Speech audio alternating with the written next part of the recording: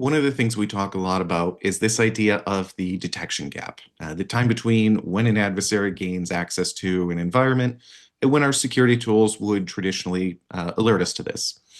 One of the things we spend a lot of time talking to customers about at Silent Push is how can we start to build a more preemptive cyber program?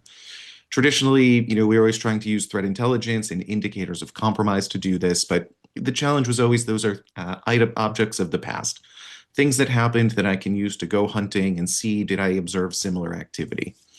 What we've built at Silent Push is what we call indicators of future attack. So almost reverse engineering an IOC, where we want to start to understand the patterns that come along with the creation and management of adversary infrastructure. And what that lets us do now as we're collecting this data across DNS and our web scan content, now we can actually start to identify active infrastructure as it's being spun up and as it's moving across different providers on the internet. So I have an example here for a phishing site, a fake financial institution.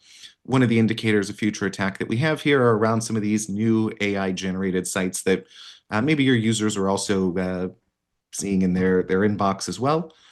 But the idea, again, is we want to start to be able to track these sites as they're being created. We don't want to have to respond to every phishing email. And really, this is what the indicators of future attack are going to allow us to do. This is actually a brand new site as of today.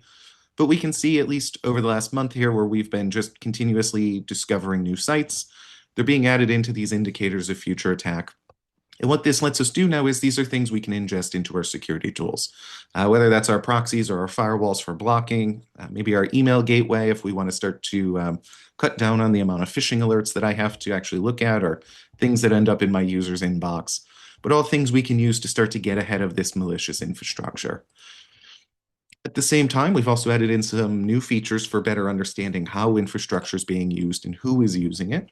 So in this case, I have an IP address. It's located in the United States, as I can see here. But I also have some more information around this being part of a residential proxy network. And additionally, now we have traffic origin, which is going to provide more details on where someone is physically located that was using this IP address. So if this was part of maybe an authentication workflow where I see a login from this IP, maybe I want to handle that a little bit differently, or an application comes in, maybe I want to have a second set of eyes on this. But all ways that we can start to kind of build up this risk-based program and have this kind of preemptive defense that we can use with this data and the tools that we currently have. So with all of this, we can start to integrate into things like our SOAR platform. So I have my domain from before.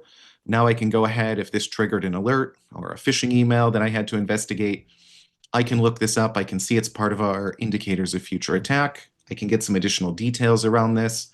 And in this case, I can say if it's a part of a phishing campaign, I want to just automatically push this out, a block for this. I don't want my users clicking on this link. Same thing on kind of the identity side with the IP context, the data around where users are located, whether it's a proxy or VPN. Now I can do things like correlate my Zoom logs with this data. So I can easily identify users that are using Astral VPN. So all ways that we can start to integrate into a security stack, build a more preemptive cyber defense program, and use this as a way where we can really operationalize this silent push data in order to get ahead of this adversary infrastructure.